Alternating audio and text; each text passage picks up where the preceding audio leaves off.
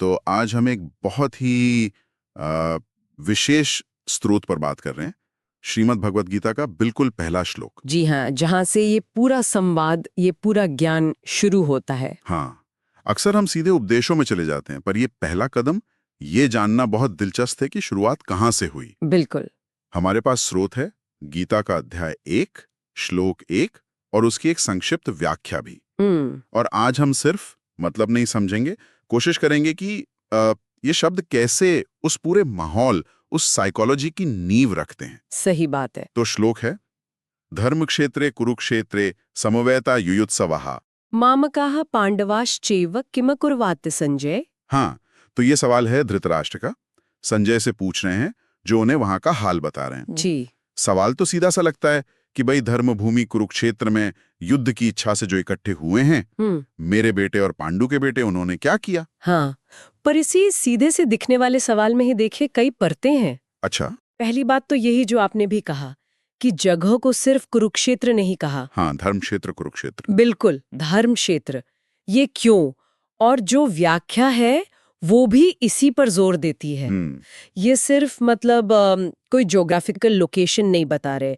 ये शब्द शुरू में ही ये तय कर देता है कि भाई ये लड़ाई सिर्फ जमीन की नहीं है। हाँ, ये धर्म और अधर्म की लड़ाई। बिल्कुल, सिद्धांतों की लड़ाई है। ये उस भूमि की पवित्रता को भी दिखाता है, और शायद ये भी कि यहाँ जो फैसला होगा ना, वो सिर्फ ताकत से नहीं बल्कि नैतिक रूप से भी होगा। सही कहा, ये शब्द ही पूरे माहौल को एक वजन दे देता है, एक नैतिक आयाम। जी। पर फिर धृतराष्ट्र के अपने शब्दों पर आते हैं। वो कहते हैं मामा कहा, यानी मेरे।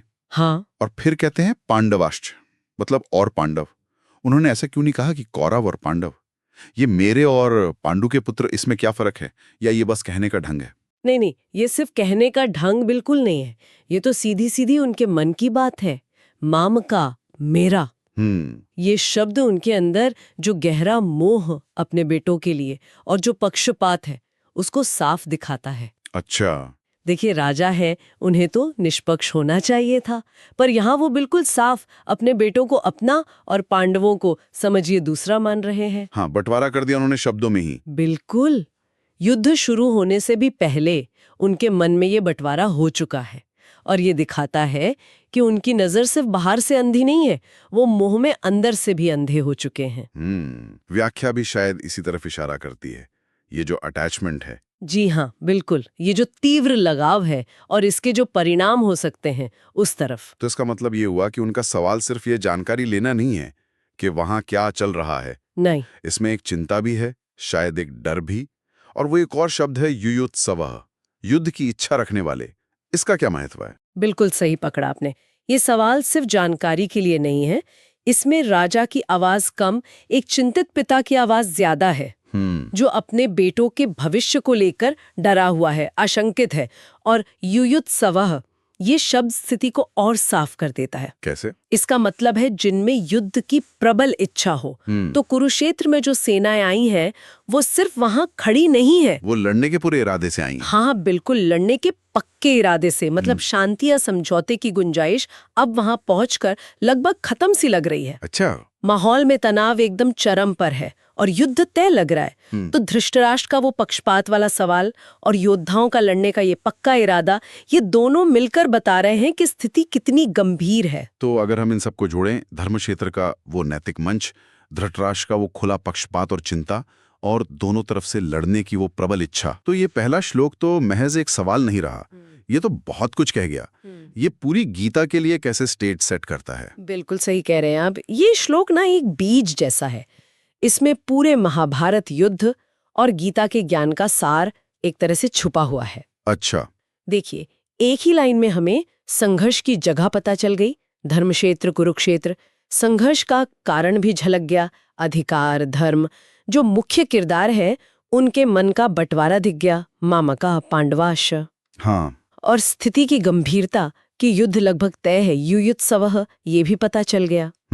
तो ये सिर्फ बाहरी युद्ध की भूमिका नहीं बना रहा, ये उस अंदर के संघर्ष की जमीन भी तैयार कर रहा है, जिससे अर्जुन गुजरेंगे और जिसके जवाब में फिर गीता का उपदेश आएगा। बिल्कुल। धृतराष्ट्र का ये पहला सवाल ही उस गहरे मनोवैज्ञानिक और आध्यात्मिक मंथन की शुरुआत है जो आगे होने वाला है। वाकई कमाल है, एक अकेले श्लोक में इतनी गहराई। जी।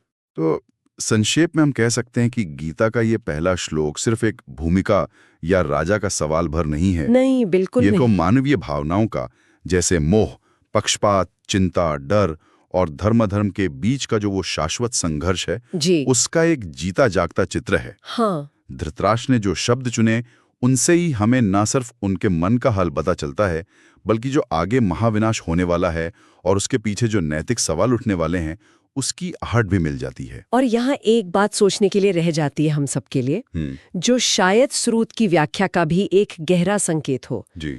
कि जिस तरह धृतराष्ट्र के शब्दों ने, मामा ने उनके नजरिए और शायद कहानी की दिशा को दिखाया, हाँ। क्या हम भी अपनी भाषा से, अपने नजरिए से, अनजाने में ही सही, परिस्थितियों को या उनके नतीजों को प्रभावित करते हैं? क्या हमारे शब्द सिर्फ बताते हैं कि क्या हो रहा है, या कहीं ना कहीं वो उसे बनाते भी हैं?